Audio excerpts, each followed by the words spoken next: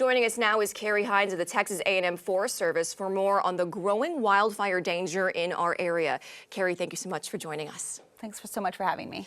So Kari, as we're all looking at these horrible scenes coming out of California, what then is the risk for similar wildfires here in Texas? What lessons could we be learning from California's situation?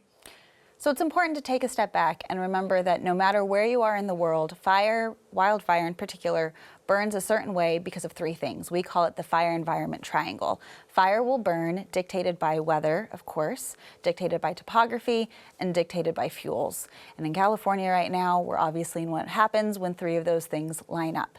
In Central Texas and really the state as a whole, fire is a completely natural and normal part of our ecosystems.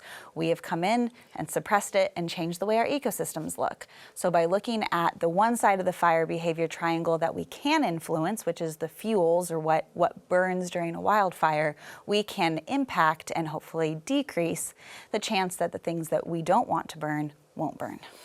And for most of us here in Central Texas, the scenes from California are conjuring painful memories of the wildfire in Bastrop in 2011. It's officially called the Bastrop County Complex Fire, which of course burned for several weeks across more than 32,000 acres.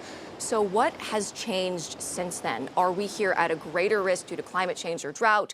Are we getting better at preventing these fires? Preventing? Probably not. We know that over 90% of all fires in Texas are human caused, and that's a statistic that has stayed the same for many decades. The number one cause of those human started fires is debris burning. So something that I do on my own property, but there's a way that you can do it safely and efficiently to make sure it's never going to become a wildfire. So encourage people to look at what they're doing in their own lives that could potentially cause a spark, cause heat, start a wildfire. That's preventing it.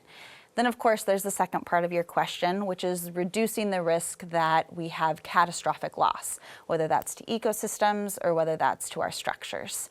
For ecosystems, we know the state is, again, over 90% privately owned. So if we want to make changes on the way that fire burns through these ecosystems, that's a really expensive and logistically complicated task. Now, the good news is, when it comes to protecting the structures, there can be some very relatively small impact, lower financial impact, tasks that we can complete to protect our homes.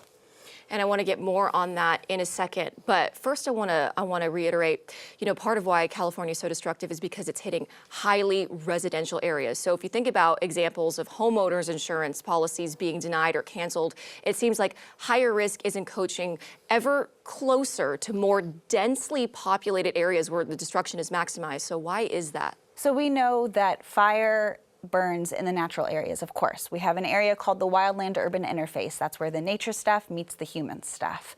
And then we have, as you say, the urban centers. And there's a term for that. It's urban conflagration, when wildfires transition into these urban areas.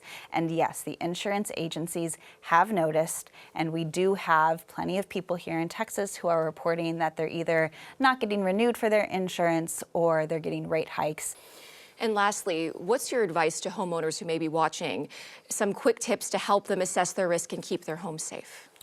So we know that the number one reason that structures burn down from wildfires, it's not these huge walls of flames. Those are terrifying to us, but our structures are actually fairly resistant to those. So it's embers, little pieces of flying, burning material that blow on the wind. They go into our attic space through the vents. They go underneath wooden porches. They find firewood piles.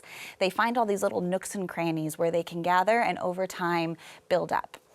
Both firefighters from the field and researchers agree that the biggest impacts we can make is to the structure itself and the first just 5 feet around it. And just the structure and the first 5 feet, making changes there can really make the biggest difference as to whether you can survive a wildfire or not. Wow, this is very illuminating, and hopefully we don't ever have to use this information, but good to know in case of an emergency. So thank you so much for sharing your expertise with us, Kari. Thanks so much.